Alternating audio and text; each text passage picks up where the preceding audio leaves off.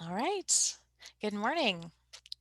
First Five Lake is proud to welcome you all here today to our webinar. At First Five, our vision is that one day the success of Lake County and all of California will be measured by the well-being of our youngest children. And our mission is to build those early childhood systems and supports that are needed to ensure our youngest children are safe and healthy and ready to succeed in school and life. And today's webinar with MelRo is going to be a step in that direction. We are excited to get started. Please keep yourself on mute unless you have a question, just so we don't have any distracting background noise. And the webinar today is being recorded and it will be posted on the First Five Lake YouTube channel later today. Part 1 of this webinar series has already been posted to YouTube, and I gave a longer introduction of our wonderful speaker, Melissa Roshan Potter, on that session, and we do encourage you to listen to that, but I am just going to let her jump in today and spend a little time introducing herself. So thank you so much for gracing us with your presence today, MelRo, and we turn it over to you. Thank you so much. I'm grateful to be back. Can we have a link to your channel? Jenny says, we will definitely make sure that you get that. I am going to go ahead and share my screen, family, and then we'll go ahead and get into the presentation. All right, so welcome back, attendees. Thank you so much, First Five Lake, for having me. Today, our webinar is titled Reaching at-Risk Youth. Now, one of the things I can promise you, I am going to make you laugh probably multiple times during this presentation with my corny jokes. Number 2, you're definitely going to learn a multitude of things. And number 3, I really feel that you'll also be empowered. I do want us to be a little bit more interactive today. So feel free to, I'm not able to see the chat as much as I would like because the way the screen is, but feel free to unmute yourself or flash your mic. All right, kind of like how they do on the Clubhouse app. So if Carla sees you flashing your mic, that signifies to us that you do have a question, comment, or concern. All right, so my name, if you also, side note, if you see me looking over, that is because I have another screen here, okay? So it's not that I'm not being present, I'm looking at my other screen. All right, so my name is Melissa Roshan, that's my entire first name. I go by MelRo. All right, my pronouns are she and her. I am a speaker, I am an advocate for at-risk youth. I'm also a trainer. I'm also really proud to be a lover of baby goats, elephants, cats. I absolutely love to read. I love jumping in puddles. I love nature, music. I'm a professional bear hugger. I don't know if you guys knew that there was such a thing, but there is. All right. And bear hugger lives matter. I just want to say that. And I'm also a cookie expert. And I see Carla laughing at joke number 1. So we're off to a good start. All right, so a little bit of class housekeeping. I want you all to remember to breathe, all right? And I don't mean like, I mean like actual diaphragmatic breathing. So breathing in through your nose and out through your mouth consistently. The reason why is a lot of times what happens is when we're getting information or we are a bit stressed or there's things on our minds, when you are, we forget to breathe. And I also forget to breathe a lot. And so when you're breathing, it 1, relaxes you, 2, prepares you to receive information more. And 3, I just need you to breathe because I don't want to have to send the ambulance to where you are. All right. So breathing in through your nose, out through your mouth. I want you to consistently ask questions and share comments throughout this presentation. While I am certainly facilitating the webinar, I do not know everything. And so I feel like we are all in this together. And I also want to hear from you. You are the expert in your field. We're also going to avoid using actual names as it pertains to referencing a case or a youth because this is being recorded, right? Remember to take notes. And again, remember to breathe. All right, so the class agenda for today is we're going to do a brief recap of my experience as a youth in care. Most of you already heard my story. Some of you were not able to hear it as of yet. And the third portion of you probably maybe just need a new, it's nice to have a little refresher. The reason why I've decided to do that is because I wanted to really help you to understand why this subject matter is so important to me, because I grew up as a youth that certainly was at risk. We're going to also unpack and understand the effects of trauma on the brain. Now, I know a lot of you have already probably done ACEs training and trauma-informed care, but I have a little bit more information to give you about this today. We're also going to uncover very real ways to connect with youth who are at risk. We'll be doing a small group activity, a brief discussion, and then we're going to be closing out. All right. Now, a lot of you remember that my mother actually was in foster care when she conceived me, okay? And so, you know, she was 13 and a half years old at that time, and she had experienced sexual violence. This is the way in which I was conceived. Now, my mother was actually placed into the foster care system due to family abuse. And so she lived in foster care from the time she was 8 years old until she aged out.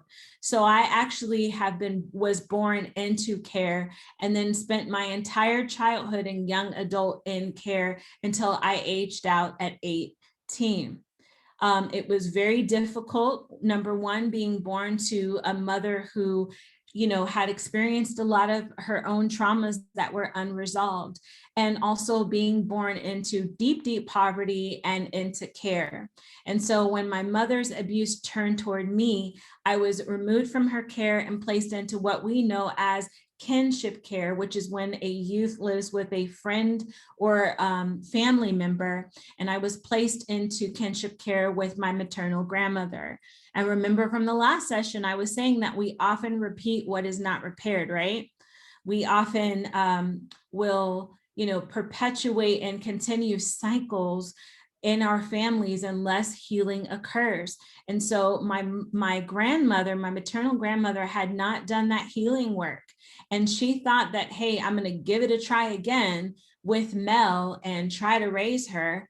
And it was just a complete mess, right? And so I was experiencing the exact same type of trauma that my mother was experiencing. And so when my grandmother actually one day flipped out, she actually took some barbecue tongs and beat me. I was then taken out of her care and placed into foster care. Now, one foster home turned to two turned to five turned to 10. And by the time I was 15, I had lived in those 20 foster homes. And then by the time I was 17, 18, I had lived in two group homes and one teen parenting home. And when I was in foster care, I was constantly having to carry my things in black trash bags. And those of you that work with youth in care know that our youth have to carry their things in black trash bags. And it certainly makes the youth feel that they are worth nothing more than the trash bags that they carry. So by the time I was, 14, 15 years old, I was angry, I was hurting, certainly engaging in high-risk behaviors. I had one failed suicide attempt.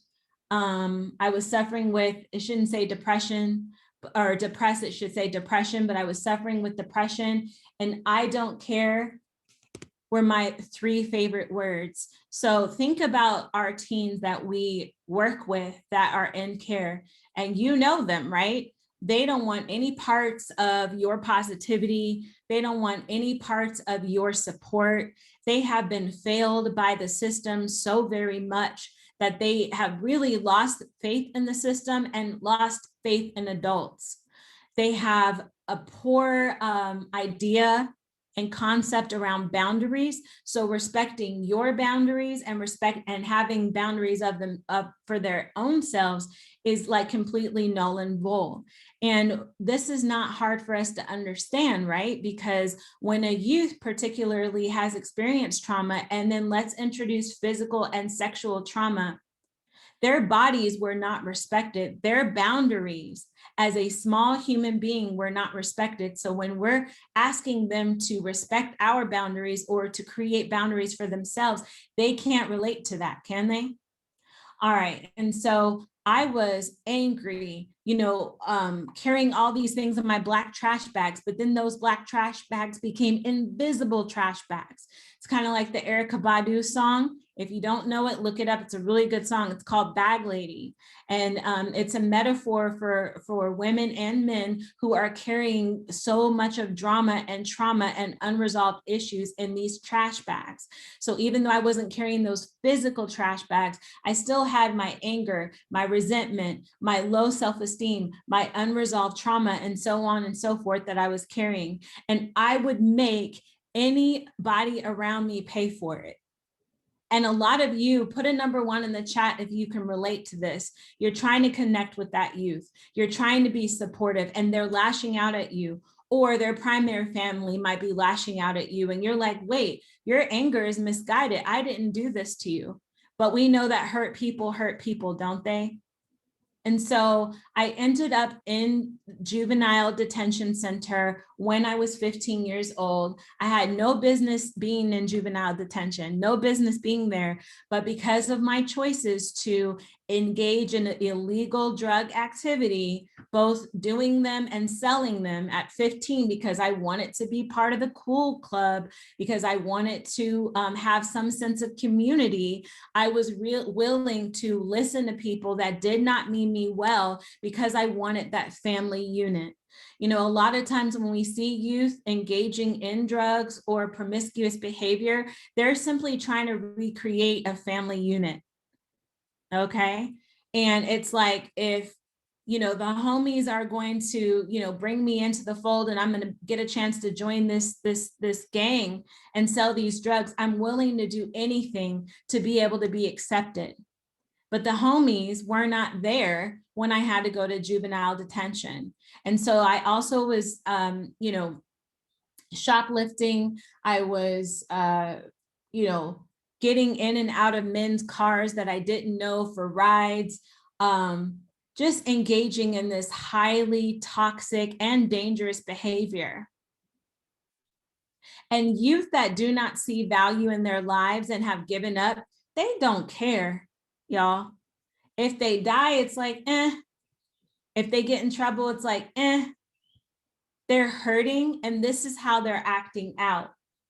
And, you know, when we think about a certain young girl who was recently killed, okay, who was in foster care in Ohio, that particular student was going to be in my summer program this year. And a lot of people were saying, oh, well, she had this, so this is why it happened. I don't disagree with that. But here's the thing, she had this weapon because she was lashing out. Now, a lot of the details have not been released about the case, but I can tell you that she was hurting. And I can tell you that sometimes that hurt looks like grabbing a weapon. That hurt looks like maybe cussing one of us out. That hurt looks like engaging in the promiscuous behavior or the toxic behaviors. And it can end them up in juvie. It can end them up in the street, teen parents, or even worse. So I became one of those young girls who it was so very easy for a guy to be able to like be in my ear, telling me how beautiful I was and me believing him because I didn't know my value. And let's be honest here, family, because I had sexual trauma, the idea of my body is a temple, that was a foreign concept to me. So the only thing I thought that I, you know, had to offer a guy was my body. So when my son's father was in my ear telling me how beautiful I was and wanted to quickly engage in sex, I gave him myself because I didn't understand how valuable I was. Now, if we're looking at this picture, look at my lips. My lips are bruised. I was in a teen domestic violence relationship early on in my pregnancy, throughout the pregnancy, and shortly thereafter my son was born. How did this happen? How did this happen? We repeat what is not repaired, right? And oftentimes when youth grow up, or us, when we grow up seeing something, don't we end up emulating that unless we do the healing work? So that's what I was taught. That's how you handle anger. You hit or you get hit, right? And so I'm in this teen domestic violence relationship, and 1 in 3 adolescents in the United States is a victim of physical, sexual, emotional, or verbal abuse from a dating partner. And let's not even talk about youth that are in care or at risk. I'm sure if they did more research, we'd find that that statistic was even higher. So I'm in this teen domestic violence relationship, and I eventually end up having my son. And I want you to go back, if you've not seen my YouTube with you guys, the webinar, I want you to go back and listen to the story. But it was very difficult. And the abuse eventually turned toward my son by his father. And I was mandated by the court to find 24 hours to find a place to live because I failed to protect him. And luckily, I was able to find the teen parenting home. Now, here's a cool, interesting fact. Tonight, my son actually graduates college. Put a number 1 in the chat. Oh, I love the hands instead. I love that. Thank you for your support. So he's the first in our family to do that. And I'm so very proud of him. But in order for him to have gotten to that place, okay, I had to also be willing to stand up and say no more in my family. So I did these teen parenting classes. I left his father alone because that was mandated by the court. And I did the very best that I could for my son. So eventually we moved into this teen parenting home. Was it easy? Absolutely not. While I was seeing all of my peers going off to college and going off to prom and all of these things, I was in this teen parenting home. But that was my choice. I made a choice to become a mother, so I had to make a choice to do everything that I could do to make sure that he was safe. So we lived in the teen parenting home for 2 years, and I was assigned a CASA, and I was also assigned a caseworker, like many of you. And that caseworker would come and try to connect with me and the other girls in the building. And it was really hard, in full transparency, for me to connect with my particular caseworker at times, because she came from a really wealthy background, and here she is, you know, telling me how to live my life and how to raise my son. And I'm like, girl, we can't even talk about this because you can't relate to me. And so one of the things we'll talk about today is, how do you relate to a student, a youth that you have nothing in common with? How can you be empathetic when you can't relate? It is possible to do that. It is possible to hold space, and we will get into that. And so a lot of times I would say the quality of the care that I was receiving from my caseworker just wasn't there because there was a disconnect.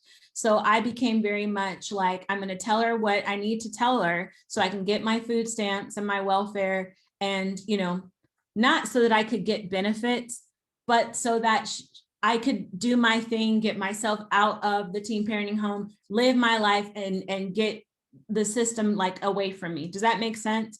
And I know that a lot of you can relate to this, right? Where, you know, just the primary family, they look, it's not that they're going to tell you whatever, but it's like they feel like maybe you just can't relate to them. Maybe you are, I'm throwing out a loose example, a Caucasian woman or man, and you are trying to serve a you know, family that is of Somali and ethnicity or African American. And you might even have one of those people just tell you, yo, you can't relate to me because, you know, you're white. And especially when racial tensions are so high right now, it makes things very sensitive. And so I'll give you an example. Let's use who's my favorite student? All of you are. But Miss Laura, is it Lori or Laura? I can't see your name.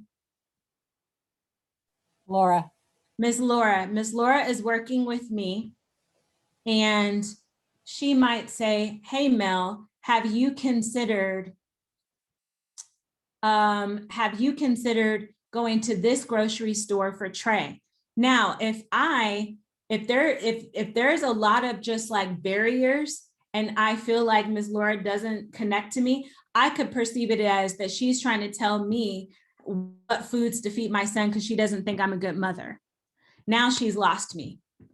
You might have someone who is part of the Lgbtqia community, and you've just said to them, oh, it's just a phase you're going through. Now you've completely lost that person, right? So these are ways in which a disconnect can happen. And while well-meaning and well-intentioned, what we're gonna do is talk about ways to like not have that happen so that we can stay in connectivity. And when we stay in connectivity, the quality of care goes up for whomever you're serving, and it also makes your job and your life easier. All right. So here we are in the teen parenting home. Wasn't easy at all, but we made it. That's Trey and I in the middle. And we eventually stayed there for approximately 2 years until I was 19 years old. And then I got my own apartment, got discovered as a model, started modeling and moved to New York. And one of the ways in which I connect to youth is I'm very transparent about my story. And I'm also very transparent about this particular part of my story, how initially, I was very embarrassed of my hands because of scars that existed because of child abuse. Because a scar can be a scar, but sometimes it's the memory behind the scar, isn't it? So like I fell off my bike is vastly different from I got abused. So what my scar represented, and I want you to go back and watch that YouTube, was the trauma. So I never wanted to show my hands. So when I was doing these modeling jobs and they were showing my hands, that was very powerful. Now, when I'm sharing my presentation with youth, I'm sharing it with youth who've not even been in care, but everyone can relate to our scars make us flossom, our flaws make us flossom, and our scars give us character and make us beautiful. And that sometimes the things that we think that are the most ugly about us actually end up being one of the most beautiful things about us. So another way in which I connect to youth is I find certain aspects of my story that everyone can relate to. All right. The modeling piece. The modeling piece has been huge for me in that a lot of youth, they're very excited when they find out a model is coming to talk to them. And honey, when I get to these schools and these organizations, I'm not talking about modeling. I'm talking about inner beauty and resiliency. Got him, tricked you. You didn't know that you guys were going to be empowered, right? You thought I was just going to come in here and talk about eyelashes and contour.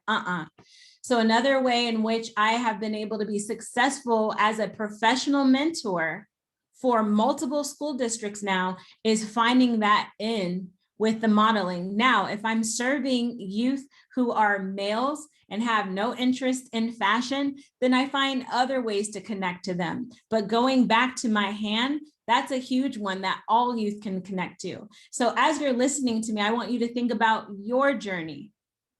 What's an interesting, cool fact about you? And talk to these youth about a time that you have overcome deep diversity. How were you able to get there? How'd you do it? Was there a loss of your parent? Were you bullied as a child? Did you ever struggle with low self-esteem? Did you ever stutter?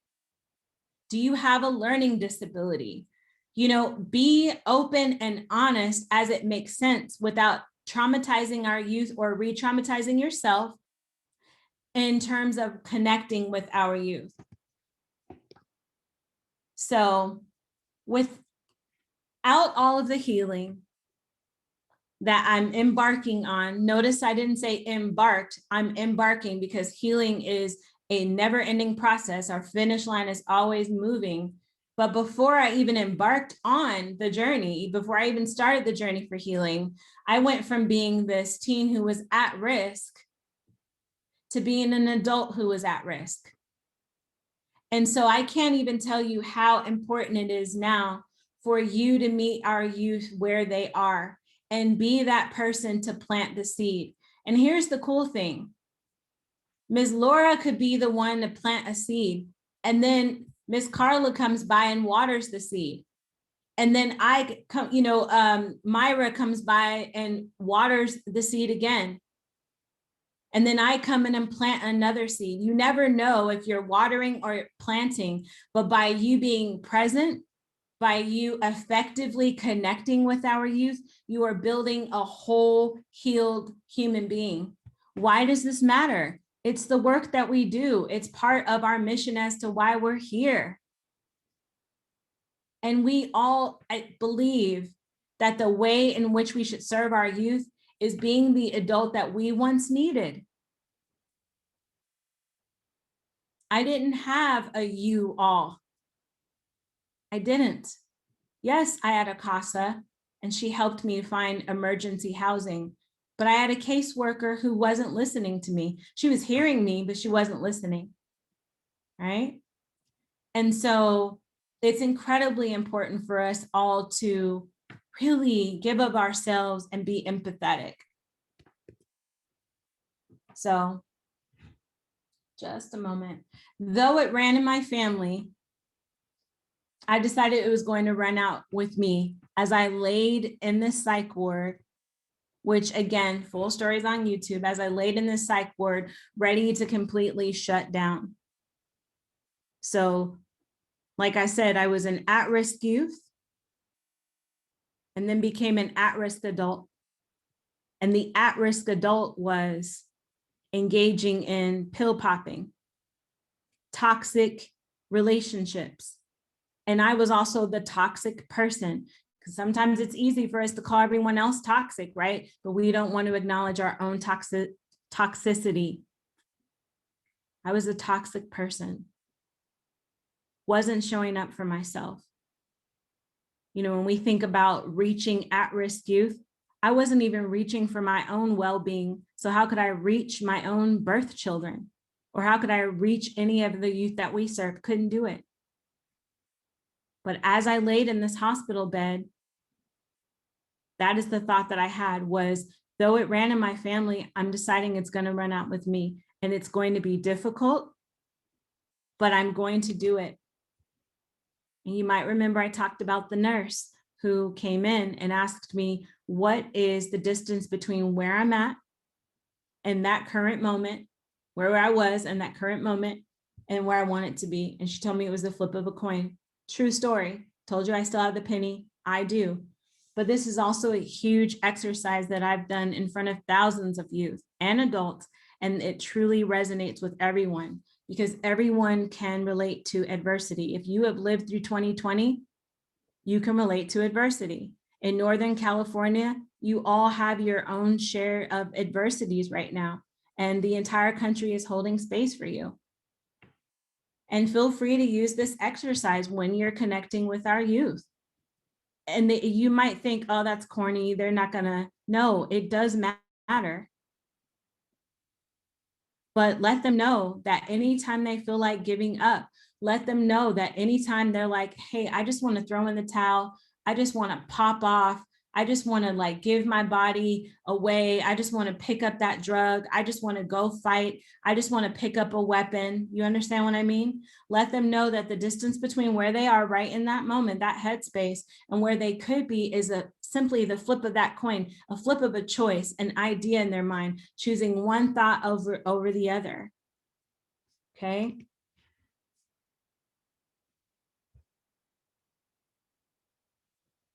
I have been very transparent throughout my journey. And let me tell you, that is a huge, huge way to connect to youth. Now, I don't share all my business because I believe it's very important for us to save some of ourselves for ourselves. But youth 100% connect to honesty. So youth, whether at risk or not, they value transparency. And these kids, they love that little, if you have an iPhone or the little emoji, the 100, they value you keeping it 100. And they can spot it from miles away when you are being phony. That is when you will lose them. So a huge part of the way in which I've been able to connect successfully with youth is because I'm transparent. And I also am transparent in saying, I don't know everything. I don't know, but I will find the answer, or I'm in the trenches with you and I will figure it out. I also make sure that I keep up with the times so that my message isn't lost on my audience, right? So you want to meet them at their level. Now, I personally have a 13-year-old daughter who keeps me hip with the language and tells me about Minecraft and anime and technology and all this stuff. So it's a little bit easier. But I have found that schools still invite me to come in, even in my 40s, to talk to these youth because I'm able to speak their language, because how I'm speaking to you is different than how I actually speak to youth. You will lose them if you take a clinical approach. Talk to them as if they are an empowered young adult who is intelligent. Right? I'm not saying that you have to use words like homie and lit. I'm not saying that. But what I am saying is meet them where they are. Sometimes what you can also do is squat down to their actual eye level and look them in the eye. That's also a huge help. I live by what I speak. So I am not one of these, people where I'm talking about, a certain thing, or I'm telling people they should do a certain thing, and then I'm actually not living that life. I genuinely care, and I am empathetic. I'm careful to not traumatize or re-traumatize our youth. So I respect their boundaries, but I also respect my own boundaries. And I think a lot of times when we're doing this work, for those of us that have been in care or who have lived through adversity, when a youth is sharing their story, isn't it like the first instinct that you want to let them know, I can relate, I went through that also. Did you know that when you do that, you run the risk of actually traumatizing them? So it's like when you're talking to our youth, you want to make sure that you're just holding space. Holding space is, I just mean listening. All right. I'm also innovative in the ways in which I connect with you. So sometimes I'll use my modeling background as an in, other times I'll use poetry, art, and hip hop. I might sit cross-legged on the floor with my shoes off, and I make sure that I always prepare in advance. And thank you so much for the grace if you see typos. All right. So what defines an at-risk youth? What defines an at-risk youth? Now I'm going to call, no, you know what? I want one of my students here to actually read what is on top of the iceberg. And I want another student to read the bottom. But before you do that, before you volunteer, why do you think I have this iceberg here? The reason why is because what we see on top of an iceberg is the behavior. Underneath an iceberg is the why. Why is the behavior happening? But a lot of times what we will do is we will judge people on what we see right above that iceberg, don't we? And we never take the time to look or consider what's underneath that iceberg. And so what I want us always to remember is, instead of asking the question, what's wrong with you? It's what happened to you. And how is it best that I can be able to reach you and care for you?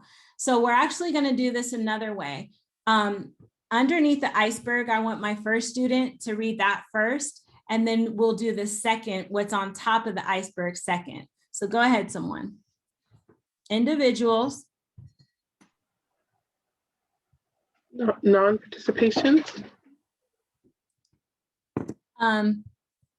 The underneath the iceberg. So individuals who are Individuals who are low income or at risk of abuse or neglect, have been abused or neglected, have serious emotional, mental, or behavioral disturbances, typically become vulnerable youth.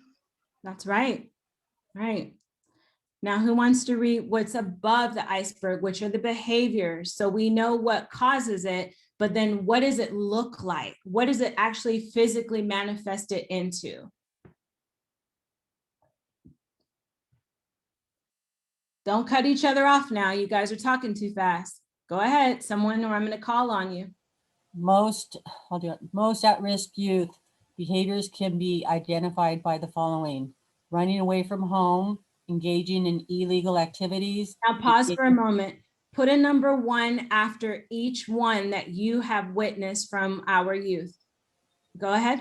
Okay. Engaging in illegal activities, engaging in sexual behavior, getting into physical fights, sexting and other risky uses of social media, dangerous driving, trespassing or vandalism, truancy, poor peer relationships. poor peer relationships, That's and pretty hilarious. Poor P would be pretty bad, but I poor know I peer was relationships. My bad, my bad. and non-participation. I told you I was going to make you guys laugh, right? I had to second check myself on that one. Right. Just a moment. All right. So look at the chat.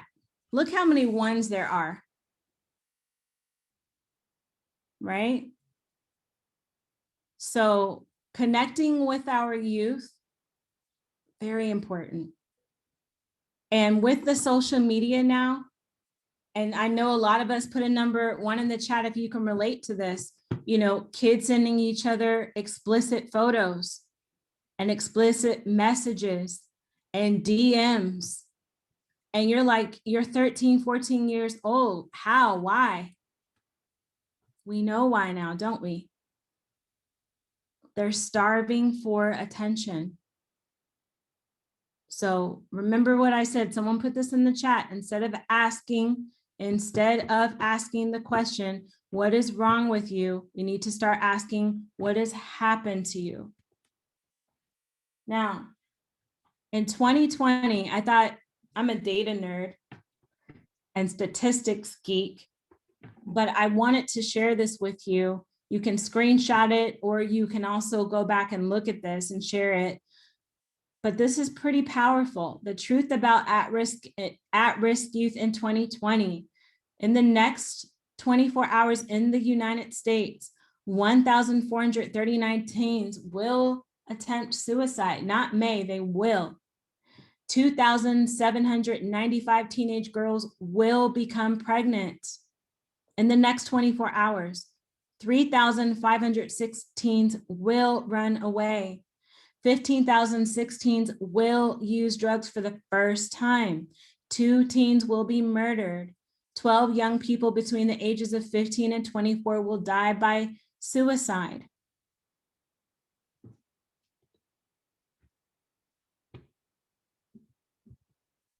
So we let that sit for a moment.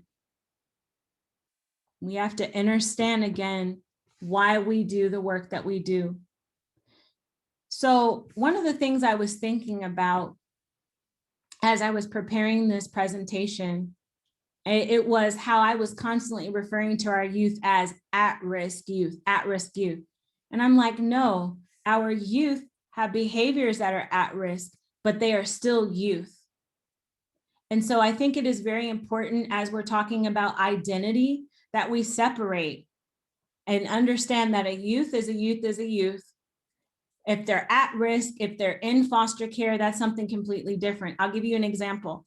Don't we call foster youth that are in foster care foster youth? They're not foster youth. It's not a pronoun. They are youth that is in foster care.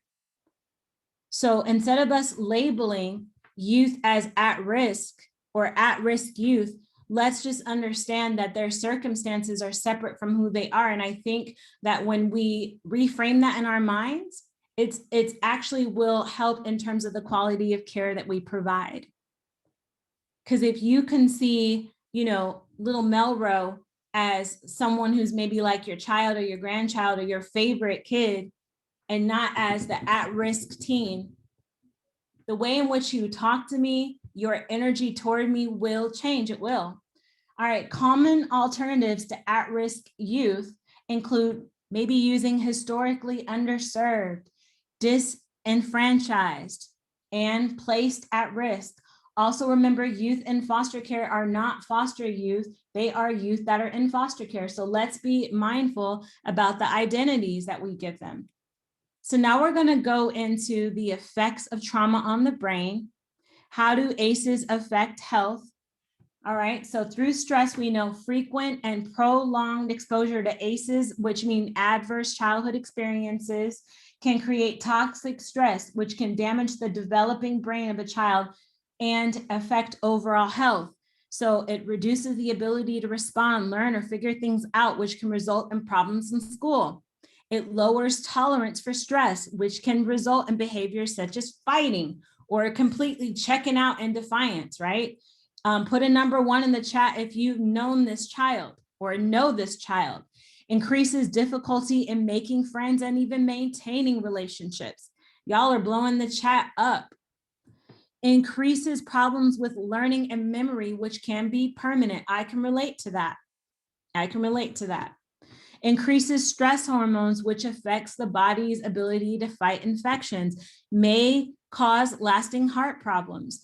A survival response mode to toxic stress increases a child's heart rate, blood pressure, breathing, and muscle tension. Their thinking brain is knocked offline. Self-protection is their priority. In other words, I can't hear you, I can't respond to you, I'm just trying to be safe.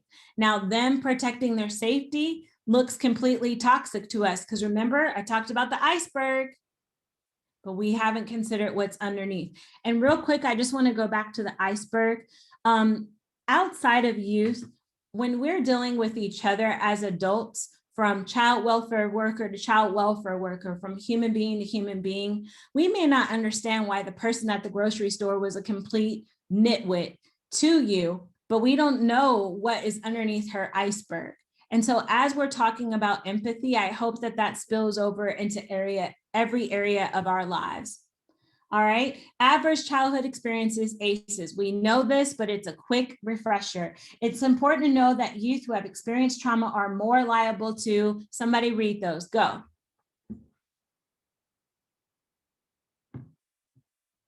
Y'all are talking too fast. Uh-oh, one at a time. Someone read that or I'm gonna call on you. Distrust others, have a poor sense of self-worth, making it hard for them to believe compliments. Put that number 1 in the chat if you know this child, if you can relate to this, go ahead. Feel jaded and bitter with life, even at their young age, may become very withdrawn, have an I don't care approach, have little to or no patience, have little to or no self-regulation skills, are genuinely tired of being let down. Again, look at the chat. The proof is in the pudding. All right, we're going to watch a quick video. Oops. Hopefully.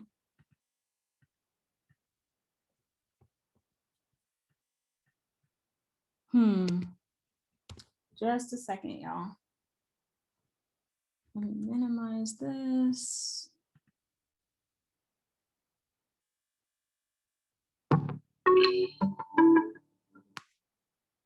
Okay, so that's not going to happen.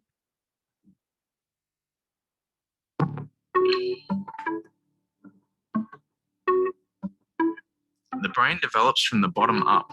The first thing to develop is the brainstem, or the reptilian brain, as some people might call it. This area is responsible for our bodily functions. It tells us when to regulate our temperature, when to sleep, and when to eat. The next important part of our brains to develop is the limbic system, or what some people might call the mammalian part of the brain. The limbic system supports a variety of functions, including emotion, behavior, motivation, and long-term memory. The next part of the brain to develop is the cortex, which is the outer layer of the brain. This is sometimes considered the human part because humans are one of the only mammals that develop this part of the brain. This part of the brain is responsible for how we as humans were able to develop language, have thoughts, self-awareness, perception, and consciousness. Also, the cortex plays a key role in integrating the central nervous system and functions of memory. The last and most advanced part of the brain to develop is the prefrontal cortex, which is considered the executive functioning part of the brain. For some people, this part doesn't fully develop until they're in their mid to late 20s. The prefrontal cortex helps us to think through cause and effect, the ability to plan for the future, set goals, and understand the consequences of our actions. It's also responsible for the ability to moderate social behavior. When we're in a stressful situation, part of our limbic system called the amygdala sets off an alarm bell response to let us know we're in danger and we need to do something about it. When this happens, the brain floods with a hormone called cortisol, so the body knows that something needs to be done. The most common responses to a stressful or dangerous situation are some you might be familiar with: fight, flight, freeze, or submit. This is an inbuilt system of survival to keep us safe when we're in danger. Like when our ancestors might have had to decide whether to stand their ground and fight against a large predator or run away. A stress response is a healthy, normal part of being a human. It lets us know that our bodies are working and keeping us safe. If a person is exposed to a highly stressful or traumatic event, or they have continual exposure to stressful events like abuse or neglect, their alarm system might become overactive. It might be always switched on, as if there was a risk of danger or threat at all times. For a child, this might affect how their brain develops.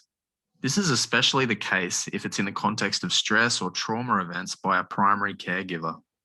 In these cases, the child might develop an understanding of the world as an unsafe and dangerous place, even when they are in a safe situation.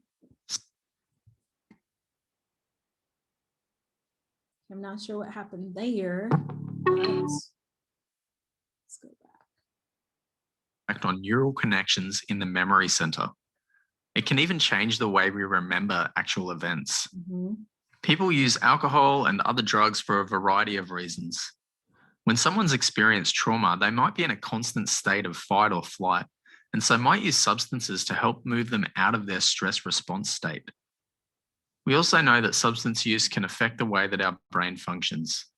Chemicals from substances cross the blood-brain barrier and can either stimulate or depress different parts of the central nervous system, affecting how the person feels, thinks, and acts. Similar to cortisol flooding the brain in the stress response, chemicals from alcohol and other drugs can also affect neural pathways and the way the person might make decisions or remember events. Luckily, neural pathways have the lifelong ability to form and change. You might have heard this referred to as neural plasticity. Through developing a better understanding of the brain and the way trauma and alcohol and other drugs affect neural pathways, clients can be better informed and empowered. This is an intervention itself called psychoeducation. Wonderful. And the other piece of this is that you can actually help the child's the effects of trauma on their brain by increasing their resiliency. And how do you increase their resiliency? That's a whole nother training, right? But the quick answer is positive experiences. Okay, so we'll do a quick second video.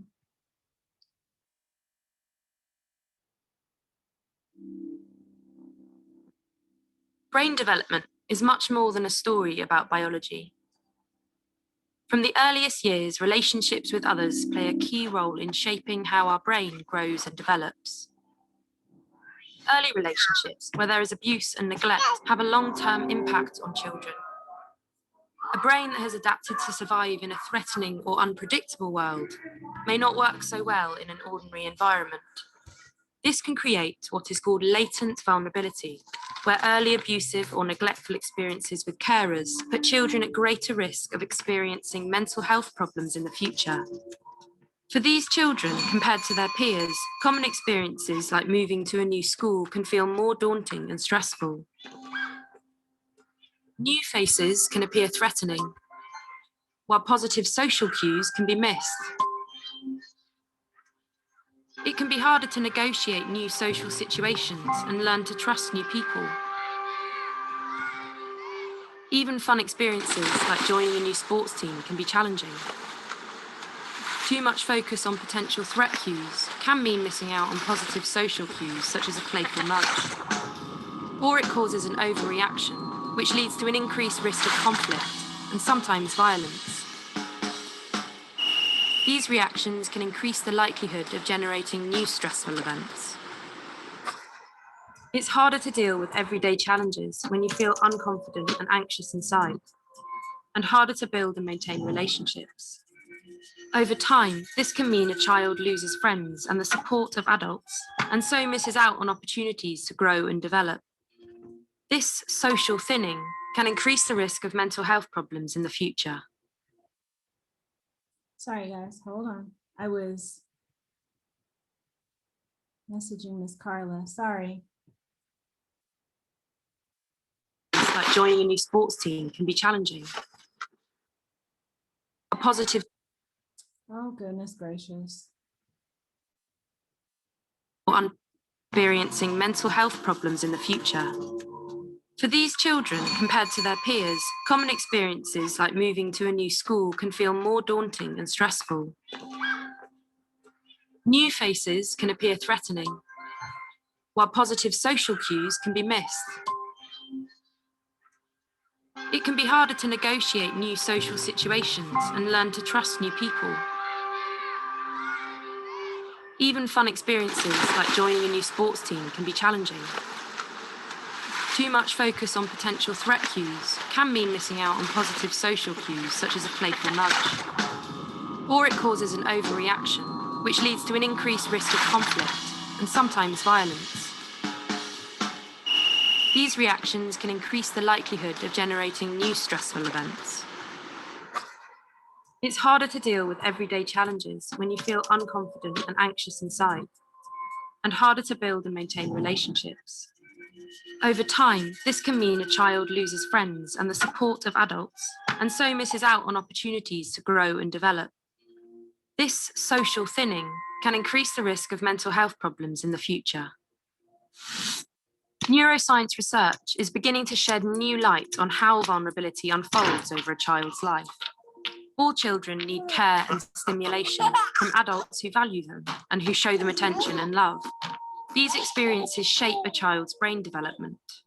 When children face traumatic experiences like abuse and neglect, their brain adapts to help them cope. We know of changes in 3 different brain systems: the reward, memory, and threat systems. Experiences of domestic violence or physical abuse can lead to hyper-vigilance, where the brain reacts more to threat. This might help a child stay safe in an early adverse environment, but it can cause problems in more ordinary environments. Hypervigilance can best be understood as a pattern of adaptation rather than a sign of damage. Abuse and neglect can also mean a world where a child's basic needs for care and attention are not met. That's so sad. This can shape the brain's reward system, the part of the brain that helps us learn about positive aspects of our environment and motivates our behaviour. Over time, the brain's reward system can learn to respond differently to things like positive social cues. Neuroscience studies have also pointed to changes in the autobiographical memory system, our memory of everyday past experiences. Following trauma, negative memories appear to become more salient, which means they become more prominent than positive ones. And everyday memories can also become less detailed.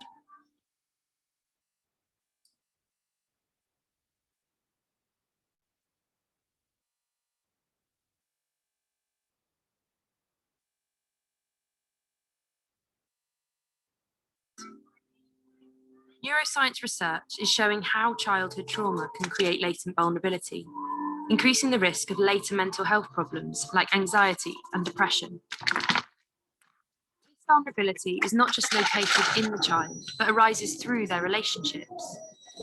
Helping children who have experienced trauma still requires ordinary boundaries and consequences, but it also requires us to step back and reflect and see behaviour that we find challenging in a different light. A child may simply be doing their best to survive now, with brain adaptations from the past. We know a child's brain has the capacity to continue to adapt. For this to happen, they need our help to build and maintain trusted relationships, manage everyday stresses, and prevent new ones from happening. We need to encourage them to try again and believe things can be different. This is far from an easy task and takes time. Science is helping reframe our understanding of childhood trauma. Seeing children's behaviour in a new light can mean we respond differently. But there is much still to learn. Working together, we can develop more effective approaches that promote resilience and recovery. We can help children build trusting relationships. and create opportunities for their brains to adapt in new ways. All right, so sorry it took 82 million times, but London would like to know what other, I hope you found that video very helpful, but what other type of challenges do youth face after experiencing trauma? I want to hear from you. Unmute yourself and share. What other types of challenges do youth face after experiencing trauma?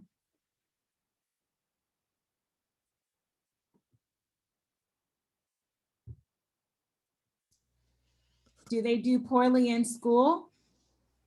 I was going to say, like in relationships, if it's with friends or family or, school, yeah, like teachers or Absolutely. educators. Absolutely. What else have you seen? You all are the experts. What have you seen? They lose trust and become insecure. Everything feels unsafe and uncertain, right? What else? Let's hear some more feedback.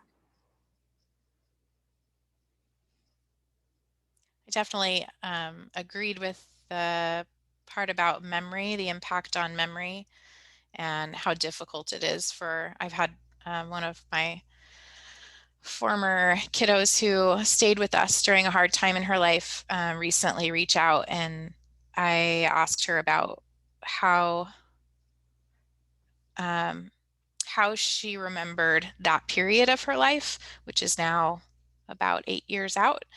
And she said, it's hard. I have a few things that I remember, but I don't even know if they're true, and or when they happen. Like everything is out of order, she said in her mind. I don't know which house I was at when or what and everything is just sort of fractured in her mind. So she needs help to sort it out.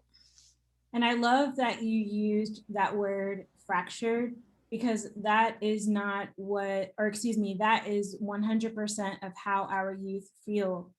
But what we also know about a fracture is it can be mended. It takes time, attention, and care, doesn't it? So I did some research. I wanted to hear what child welfare workers were actually saying and some feedback that they had. And here's what I pulled. It says, thoughts from child welfare workers: youth who are at risk or historically disenfranchised are difficult for child welfare workers to deal with, as they are often perceived as being out of control, defiant, and persist in engaging in behaviors that could jeopardize their safety. Well, my first thought was, I don't like deal with, because that just to me suggests that you're putting up with someone, right? So what could be another word that we could use, Ms. Carla, for instead of deal with our youth? They can be difficult for child welfare workers to help. Perfect. Potential barriers for child welfare workers. Now, you all are the experts. Put a number 1 in the chat if you agree with this information. High caseload sizes, which make it difficult to spend time with youth and develop relationships with them. Little time in education coordinating with other agencies. The community's lack of trust in the child welfare system. Casework being reactive instead of proactive, and the reluctance to meet youth where they were at. I'm sorry about that typo, y'all. Youth who are at risk and are preteen teens continuously expose themselves to high-risk situations. They often cannot control, my goodness gracious, sexual exploitation or drugs.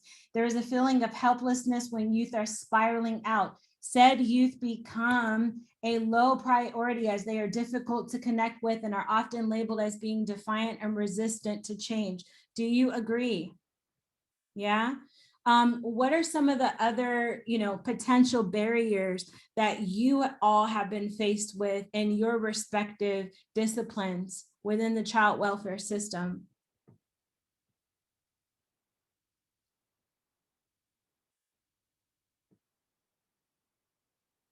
May I ask you all if one of the barriers is lack of support from maybe upper management, or Do some of your agencies have strict rules which make it hard for you to provide the care and that that you need? Is it funding? Like, what are, I want to hear 3 different barriers, because I don't know and I want to know.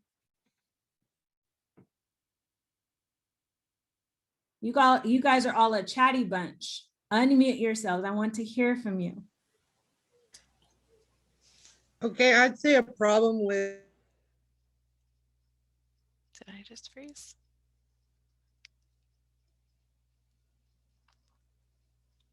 being an at-risk youth, working with at-risk youth. There's a disconnect sometimes with people who are only going through the educational based way. Thank you. Yeah, like building rapport and could be misconstrued as boundaries. Like I liked when I build a rapport with my kids, and then they graduate or they move on, I still like to be connected with them. And sometimes it's the agency considers it as a boundary that, I look at the, relationship, and I like to continue on and check on them every now and then. They can check in with me, even though they graduated. Very good. What's a third barrier that you've faced? I would just say that as well, like the engagement part, because due to policies as well, so keeping the engagement continuing, but at times we'd have to say it's a following up, in regards if it's with the family, the client, the youth. Thank you. Thank you for that feedback. So we have identified the behaviors of youth that are disenfranchised. We've also identified some of the barriers that you all have been experiencing in your respective disciplines. I love talking about solutions more than I love talking about problems. And I've also emailed Ms. Carla a letter I wrote to you all, which will have some of these reminders that you can keep forever and ever, okay? So how can we connect to youth who are historically disenfranchised? Be empathetic. So you may not be able to directly relate to a child's story and to their journey, but you can still, what we call, hold space. You can still hold space and be not sympathetic, like, oh, it's, wow, I hear you. I understand, I understand. No, I really do. Because sometimes that's a filler statement. Oh, I understand. No, if you understand, then any subsequent messaging that you say thereafter needs to lend to the fact that you understand. So when we say I understand, it's I understand, but no. That but negates everything, right? So I understand, I hear you, and I'm holding space. That's part of being empathetic, okay? Be honest.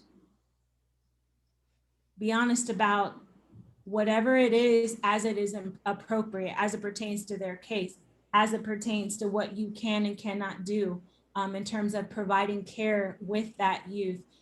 Be honest, just be honest. Okay.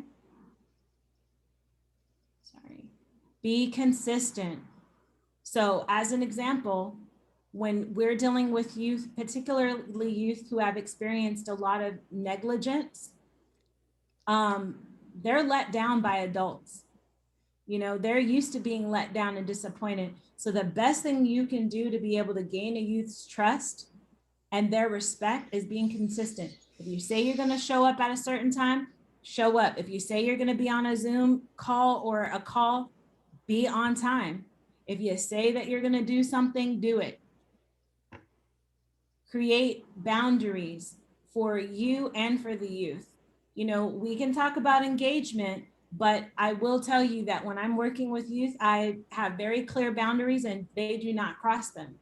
And if they do, there are consequences. And that is often that either A, there's going to be a break in the communication, or we can't get to the next step until we address the crossing of boundaries. It really doesn't happen often. So not giving them your personal phone number. And if they do have your personal phone number, what is your cutoff? Is it 5 or 6 o'clock? What is defined as an emergency? If they do need to text you after your boundary, you know, asking personal details about your life, asking you for your resources. What are your boundaries? And help your youth that you're working with to create their own boundaries. And here's the thing, healed people heal people. So take care of yourself. Remember, I mentioned earlier, it's going to be really hard to reach at-risk youth if you're not reaching for your own well-being. So what happens is that burnout, secondary trauma equals the compassion fatigue and caregiver burnout. So you're not able to effectively reach any child if you are not reaching your own self, okay? 3 reasons to believe a child when they say that they've been abused. 1, they said so. 2, they said so. 3, they said so. So believe our youth. The particular youth that lost her life here in Ohio, she had said many times that she was hurting, and we failed her in many ways because we were not believing her, okay? We want to listen without judgment to our youth, avoid cutting them off or interjecting with your own story. Learn about their culture. You know, if they're of Mexican descent, learn more than Cinco de Mayo. Learn about what foods they like and, you know, why they, just their culture. Immerse yourself in their culture. Or if they're part of the Lgbtqia community, you know, I'm not saying that you have to agree or whatever, but I am saying it's important to be open, and it is important to be willing to learn. A lot of times we get stuck, me too, we get stuck as human beings in just what we have going on, and we don't really want to stretch ourselves to be aware and to learn. But that stops you from 1, growing, and 2, being able to connect with our youth and the families that we serve, okay? Ask what their interests are and then make certain to remember them. Also, in terms of learning about their culture, an example, we're in the middle of Ramadan right now. A lot of us maybe don't even know what that is, but being willing to understand and be open that, hey, this particular youth cannot eat during daylight hours, and here is why. And no, I can't just offer them a glass of water because they're in the middle of Ramadan. That speaks volumes to our youth in terms of connecting with them, okay? Ask what their interests are, then make certain to remember them. So I don't know if you guys could, you know, find like a cute little notebook and maybe you write like MelRo's name on it, put my picture on the front. MelRo likes art. MelRo likes makeup artistry. You know, MelRo likes this, MelRo likes that. And you know how we have traditional files on our youth? Why don't we find creative ways to create happy files about our youth and then be able to pull those files to remember what our youth have said? That is tremendous in connecting with them. And also focus on building their confidence. You know, a lot of us understand and know that our youth have low confidence, right? And low self-esteem. So let's work on building their confidence, not just in the way that they look, but in who they are. And provide appropriate support. You know, reach out to Big Brother, Big Sister, Boys and Girls Club, CASA, you know, therapists. Reach out to your tribe and village of people, because it does take a village to actually raise a child, and seek out those supports to be able to meet your youth where they are and get them involved in those extracurricular activities. Listen, a lot of our youth, they don't know that they're interested in art until you introduce them to art. And studies have shown that art is incredibly healing and helps to repair those narrow pathways. Okay, or sports, things like anything that'll get their body moving, things like that. All right, so what we're going to do quickly is go into a breakout session. When I say quickly, it is going to be quick because we're going to have a hard stop at about, in like 15 minutes or so, okay? And so what we're going to do is it's going to be, Carla, we said 3 groups of 4, right? All right, I'm going to give you a scenario, and in your group, I want you all to come up with one solution and have one person represent your group when they're speaking when you come back into the main session. Here's the scenario. You have met little MelRo. She has been in care all her life. You all know her journey. You all have read her case file. All right. And MelRo, you were assigned to basically just connect to her and try to help her get back in school. She's failing all of her classes. She's in and out of juvenile detention. And every single time you talk to MelRo, I don't care. I don't care. I don't care is what you hear. And she even tried to spit on you. Completely disrespectful, right? Her primary parent is completely out of the picture, and her foster mom is fed up with her. My question to you all is, how do you connect with little MelRo? So without further ado, we're going to move you into your sessions. I will see you back in approximately 2 minutes from the time in which you start your session. I'm going to stay. See you in 2 minutes.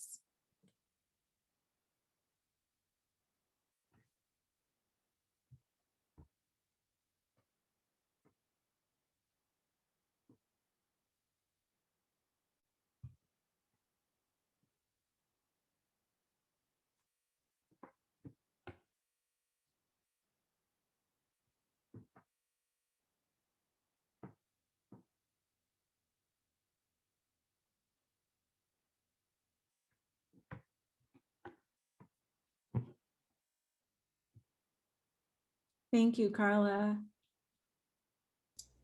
Sure thing. Are they all in their rooms now? Except the folks who are still in here with us. Yes, we've got 3 rooms, 1 with 3, 2 with 3, and 1 with 2. So 2 groups of 3 and 1 group of 2. Okay, fantastic. So we can move the last 2 into their own group.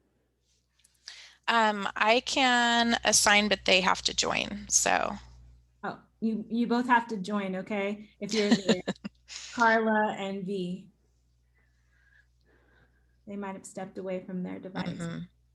So, all right, fantastic. The next part of this session I'm really excited about, but I'm gonna keep it a surprise. All right. And thank you for your patience with my typos. I need to adjust my glasses. Clearly. We both, my husband and I both just got new glasses. I don't need them for close up, but I have to have them for distance. And this is my first pair of bifocal glasses with 2 different zones. So it might be time, but a big pet peeve for myself is actually, I didn't mean to do that. A big pet peeve I have are typos. How do I get out of here? All right, cool.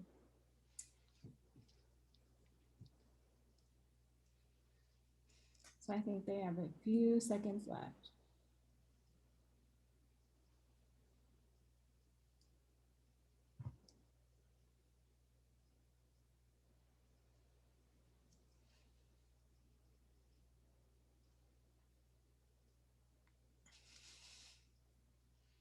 do you want me to, I think when I hit close all rooms, it gives them 60 seconds. Let's do that now. Okay. Thank you. Yeah, 60 seconds.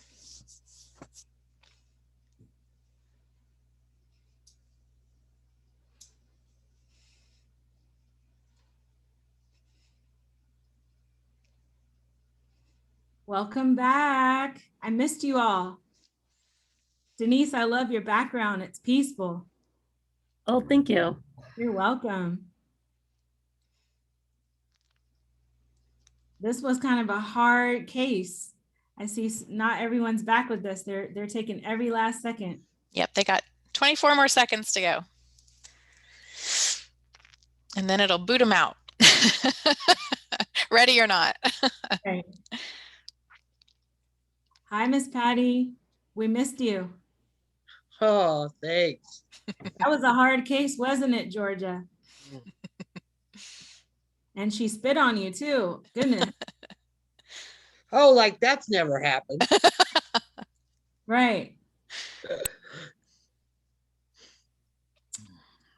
All right, so when everyone's back in, I'd like your group leaders to give us the solutions. Well, Laura and I couldn't decide which one of us could be the group leader. I voted her, she voted me. Is everyone back in, Carla? Okay, fantastic. Group number 1, go ahead. What's your solution? How do you know which group you're in? 1 or 2? Okay, you're in group number 1. Oh, okay. I was like, I That's forgot how. that number. My bad. Okay, no worries.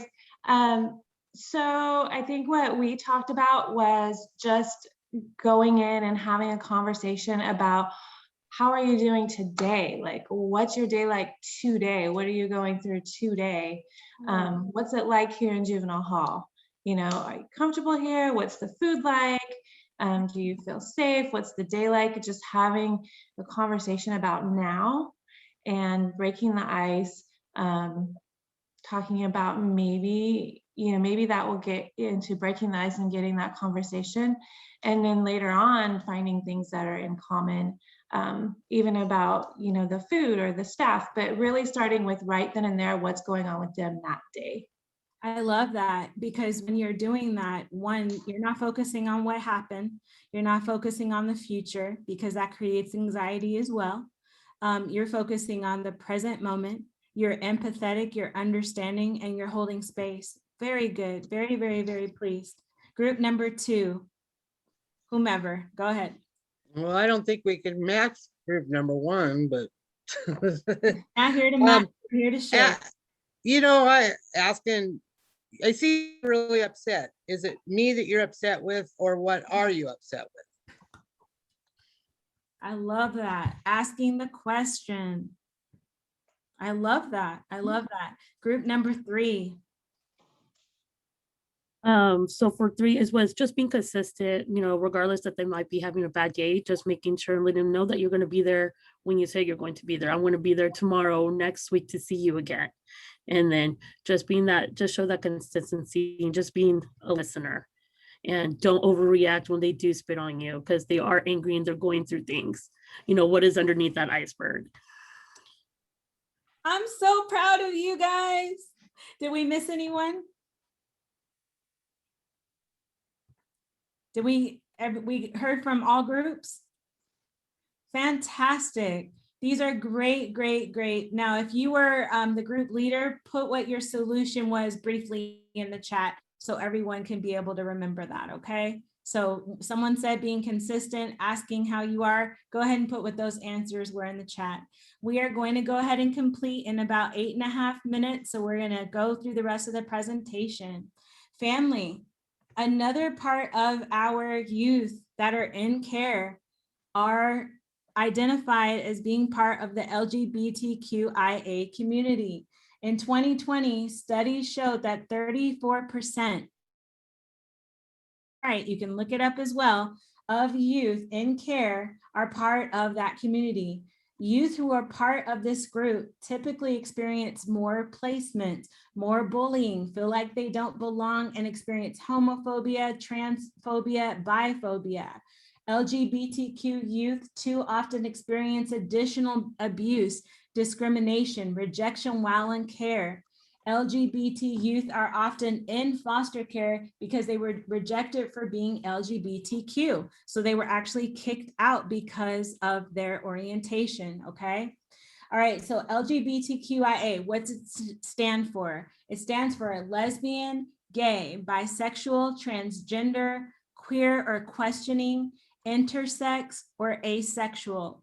SOGI is the sexual orientation, gender identity, and expression. So note, gender identity is who we go to bed as.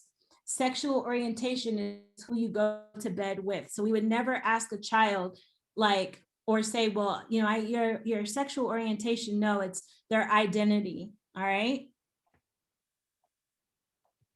So also let's talk really quick about the importance of pronouns, because this is going to be beneficial in terms of connecting with our youth, as is understanding what LGBTQ means and what the difference is between sexual orientation and gender identity. Am I expecting you to know all of this? No, I'm just asking you to be open, because 34% of our youth in care do identify with being part of this community. It's not a phase. It's not, you know, they're bored. It's not that they have mental health issues. This is how they identify, and we need to hold space. All right. So the importance of pronouns. Remember I said my pronouns at the beginning are she and her.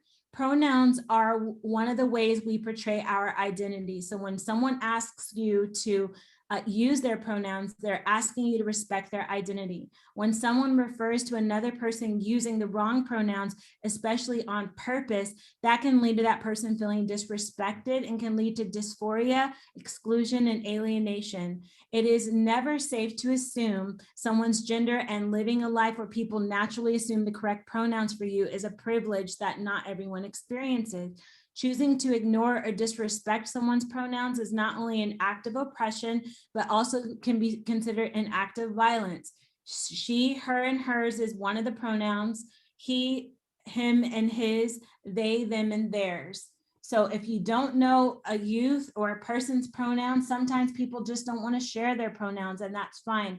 Usually it's safe to use they, them, theirs, unless that person tells you otherwise. Try to introduce yourself with your own pronouns so that everyone you meet knows that you're a safe space and that you won't assume a person's pronouns. It also prompts them to provide pronouns without it being awkward. All right. I will tell you, many of you remember that my mom, I mentioned that she was part of the LGBTQ community. She was a transgender male. And initially, you know, I grew up in a certain religious background. I was very judgmental of my mother. And that's one of the biggest things that I've had to learn that was incorrect and toxic.